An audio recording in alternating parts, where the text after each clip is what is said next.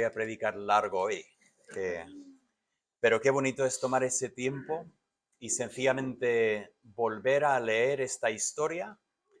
Y aunque igual algunos pues la hayamos leído 1000 veces, volvemos a leer de la importancia de lo que se celebra en estas fechas. Hay a veces un poco de polémica en cuanto a la fecha, si realmente el 25 de diciembre sería el día en que nació el Salvador, y desde luego no tenemos nada en la Biblia que nos ponga nada en cuanto a las fechas, pero lo más importante no es tener una fecha exacta, lo importante es tomar un momento para recordar realmente lo que es importante de esta época del año. O sea, lo que estamos celebrando ahora, lejos de sencillamente una excusa para comer más, que en muchos sitios ya es, lejos de sencillamente una oportunidad de estar con amigos y con familiares, que también es bonito, pero estamos recordando un evento que realmente cambia todo lo que es el curso de la historia. Yo quería compartir en esta mañana algo de los proverbios que tiene que ver con la Navidad.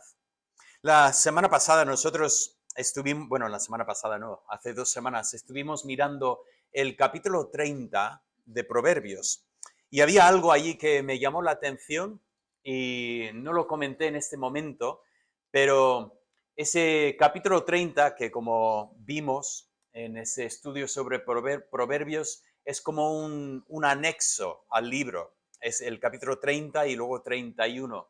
Pero vemos algo muy curioso en este capítulo. En el versículo 4 hace estas preguntas. Dice, ¿quién subió al cielo y descendió?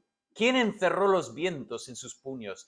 ¿Quién ató las aguas en un paño? ¿Quién afirmó todos los términos de la tierra? Estas 4 preguntas son preguntas que nadie puede contestar y decir, yo sí. O sea, nadie ha llegado a subir a la presencia de Dios y volver de allí, a pesar de que hay libros que se han escrito, películas que se han hecho de supuestamente personas que pasaron una hora en el cielo y todo esto. Pero aquí el sabio nos dice, ninguno de nosotros hemos estado ahí para volver. Ninguno de nosotros podemos hacer lo que Dios puede hacer. Esas preguntas nos hacen recordar las preguntas que hace Dios a Job. Cuando llegamos al final del libro y Job ahí demandando, Dios, ¿por qué no me contestas? ¿Por qué no me explicas lo que está pasando? Y Dios empieza a preguntarle, pero vamos a ver, ¿tú puedes entenderme a mí? ¿Tú estás a nivel para poder comprender lo que yo hago cuando gobierno el universo? Y la respuesta de Job es humildad, arrepentimiento, decir, ¿quién soy yo para demandar a Dios algo? Tenemos el mismo pensamiento aquí, pero luego hace esta pregunta, ¿cuál es su nombre? El nombre de Dios. Ahora, Dios sí que ha revelado su nombre, eso lo tenemos en las Escrituras, es este nombre que nosotros tenemos en nuestras Biblias por Jehová, aunque entendemos que seguramente la pronunciación histórica sería más bien como Yahvé, pero bien, Dios ha presentado su nombre, pero si Dios no nos hubiera dicho su nombre, ¿cómo podríamos haber sabido el nombre de Dios? Pero luego esa última pregunta es la que me interesa. ¿Y el nombre de su hijo? Llama la atención porque en medio de ese comentario de la grandeza de Dios, de repente menciona al hijo de Dios. Nunca, nunca en Proverbios habíamos visto esta imagen de el Hijo de Dios. Incluso no es una imagen frecuente que vemos en el Antiguo Testamento. Lo tenemos en Isaías. Jeremy comentó hace un momento ese pasaje de Isaías, donde menciona, hijo es nacido. Tenemos este pensamiento en las Escrituras, pero no es un pensamiento con frecuencia. Y sin embargo, aquí vemos que hay un hijo de Dios. Y de repente, para mí, todo el libro de Proverbios coge un significado especial, porque el tema del hijo en Proverbios es sumamente importante. Si recordáis, habíamos empezado el libro con 12 discursos de un padre a un hijo. ¿Y qué dice este padre a su hijo? Dice, escúchame, oye, hijo mío. Ese es un padre que está hablando con su hijo y rogándole, hijo mío, escucha mis palabras, presta atención lo que te voy a decir. Lo que te voy a decir es sumamente importante. Y de repente tenemos al Hijo de Dios. Por cierto, este pasaje está referenciada o citada en Efesios y aplicada a Jesús. Entonces comento esto para decir que no estoy sacando algo fuera de contexto. O sea, este pasaje cuando habla de quién es su hijo, realmente hace referencia a Jesús, que por cierto es el único que efectivamente descendió del cielo y ha vuelto a ascender hasta allí. Bueno, todo esto para decir, ¿qué es lo que estamos viendo aquí? Bueno, cuando leo Proverbios y escucho a este padre que está rogando a su hijo, por favor, hijo mío, escucha mis palabras. De repente, cuando en el capítulo 30 habla del Hijo de Dios, pregunto, ¿escuchó el Hijo de Dios las palabras de su Padre y obedeció?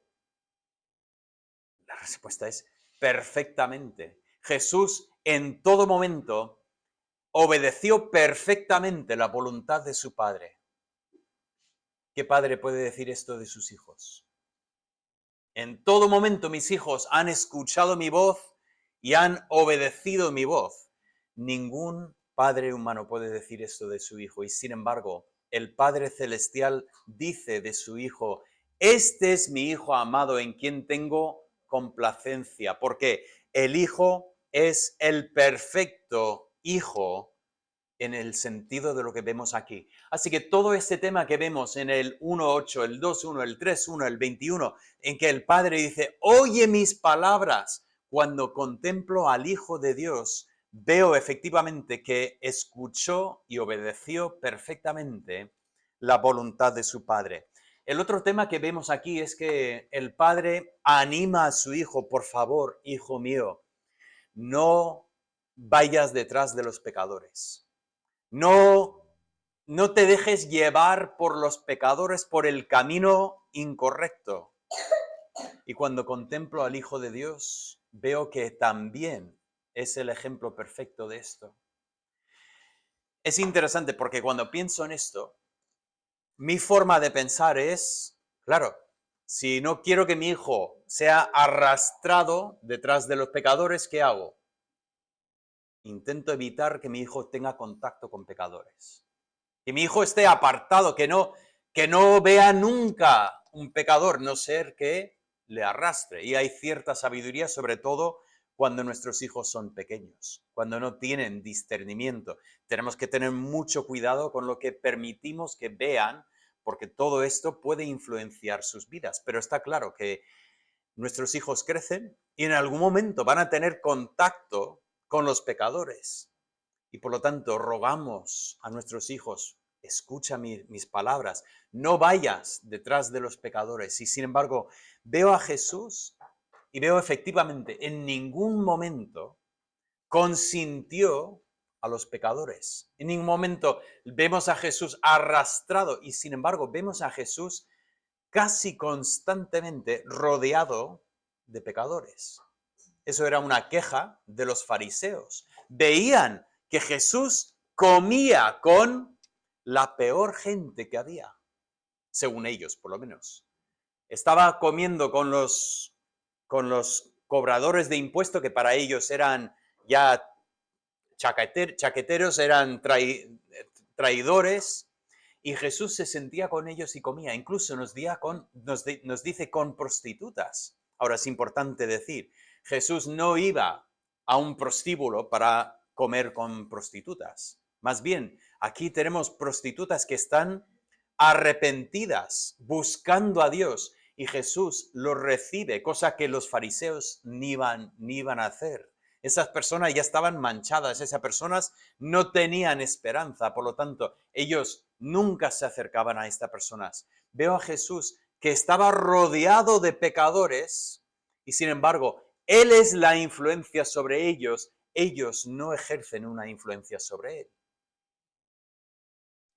¿Nosotros somos así? Me gustaría pensar que yo soy una influencia sobre los que me rodean y no que me influencian a mí, pero tengo que admitir que no es así siempre.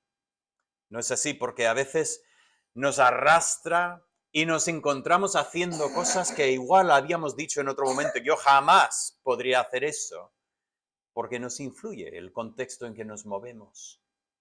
Empiezo con ese pensamiento porque veo que Jesús es efectivamente el Hijo perfecto.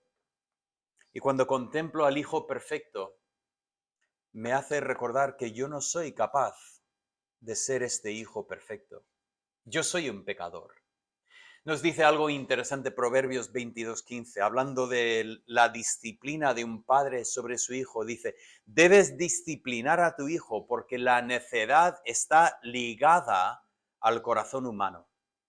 O sea, la necedad es una parte integral de nuestra persona.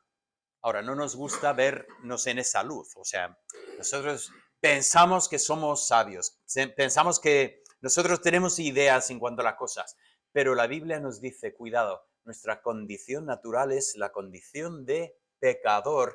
Por lo tanto, aunque un padre anime a su hijo a escuchar sus palabras y a no ser arrastrado por los pecadores, sinceramente, todos al final pecamos.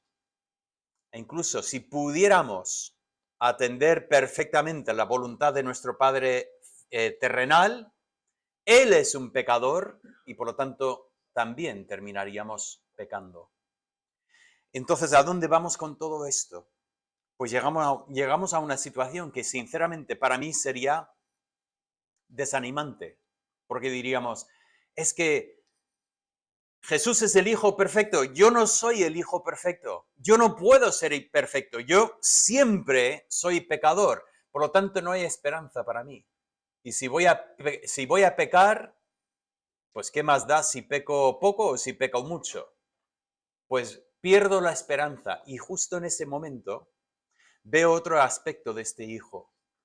En Proverbios 3 leemos algo que se vuelve a citar en el Nuevo Testamento. Proverbios 3, el versículo 11 dice así, no menosprecies, hijo mío, el castigo de Jehová, ni te fatigues de su corrección, porque Jehová al que ama, castiga como el Padre a quien quiere.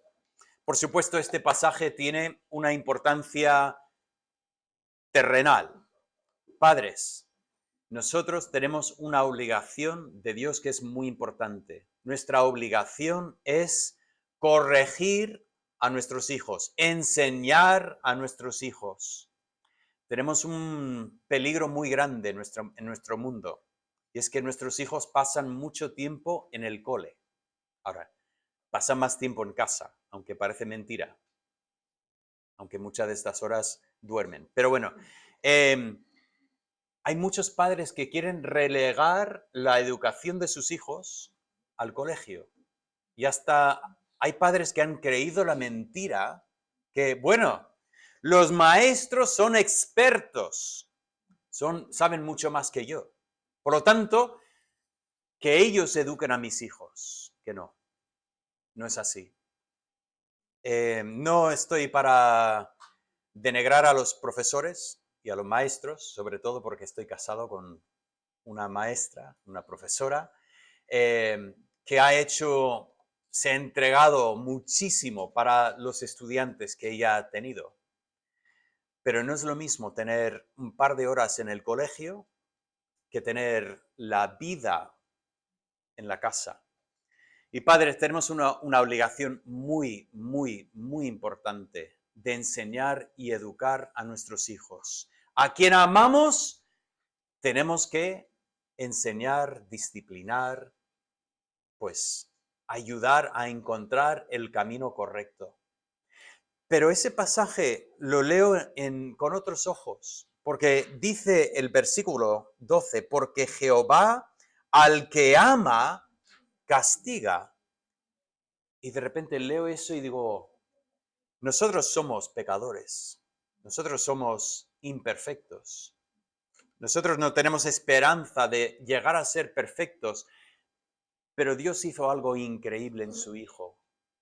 Al que amaba, lo castigaba. Él descargó la ira que era mía, que yo merecía. Esa ira la descargó Dios sobre su propio Hijo.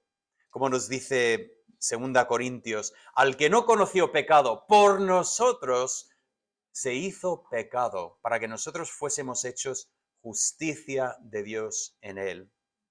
Ese pasaje de Isaías es precioso, porque nos habla de cómo Dios castigó a su Hijo en el Mesías, nos castigó a nosotros en Mesías, su Hijo. Lo leo rápidamente. Isaías 53, dice así el versículo 8. Por cárcel y por juicio fue quitado. Y su generación, ¿quién la contará?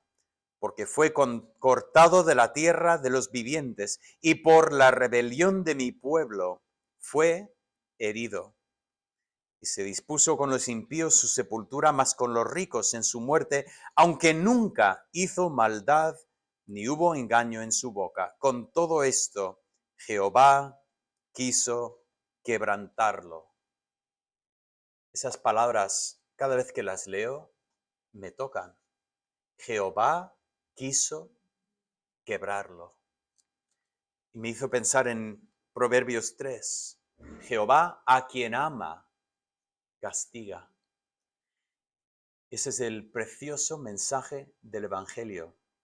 Lo que estamos iniciando la celebración ahora en diciembre, que culminará en el mes de abril, cuando nosotros celebramos esa muerte y resurrección de nuestro Señor. Ese momento en que Dios envió a su Hijo y el propósito de la venida del Hijo de Dios era ser castigado en nuestro lugar. Bueno, quiero continuar y decir que Jesús realmente, el Hijo, es la sabiduría que estaba invitando al principio del libro. El libro había empezado con varias imágenes de la sabiduría, como una mujer ahí en la calle levantando la voz, invitando a la gente a venir a ella, a aprender de ella. Lo vimos en el capítulo 1 y otra vez en el capítulo 8. Pero realmente esta sabiduría es el Hijo de Dios que vino a este mundo y también extendió un llamamiento. Levantó la voz y dijo, venid a mí, todos los que estáis cargados, cansados, y yo os haré descansar. Esa es la invitación de la verdadera sabiduría. Por lo tanto, veo en Proverbios un libro que está llena de sabiduría que es muy, muy práctica. Aquí tenemos consejos, como hemos visto, sobre las amistades, sobre el trabajo, sobre la familia, sobre pues todos estos temas, sobre la boca. Un libro sumamente práctico, pero es un libro que efectivamente nos prepara para la venida del que es la verdadera sabiduría de Dios y poder conocerlo mediante la fe. Este libro es un libro que encaja muy bien entonces en el tema que estamos celebrando en estos días, la Navidad. Ese pensamiento de que el perfecto Hijo de Dios vino a este mundo para poder morir en la cruz por nosotros, para que nosotros podamos conocer la verdadera sabiduría de Dios y aprovechar de esta vida que Dios nos ha regalado. Os quiero animar a pensar en esta época de esta verdadera sabiduría y realmente seguir buscando a nuestro Señor. Igual escuchas estas palabras y nunca has llegado a ese momento de decir, yo estoy confiando en Cristo. Lo que Él hizo en la cruz, lo hizo por mí y lo he recibido, lo he aceptado y por lo tanto ya yo soy hijo de Dios. Y por lo tanto, esa misma sabiduría que vemos aquí, hijo mío, escucha mis palabras, también espiritualmente lo tenemos, que Dios nos está rogando como sus hijos, que escuchemos y obedezcamos su voz. Esa es realmente la verdadera celebración de la Navidad. Y por lo tanto, te animo, si nunca has llegado a este momento de poner tu fe en Cristo Jesús, tú no puedes celebrar la Navidad de la misma manera. Sí, tú puedes comer mucho.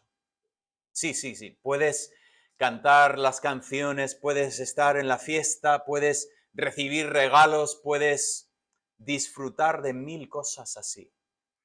Pero la única forma de realmente celebrar la Navidad es cuando efectivamente el Hijo de Dios ha nacido en tu corazón y por lo tanto ya gozas de una relación con Él. Y te invito a que celebres la Navidad de verdad este año. Oremos. Padre, te doy gracias por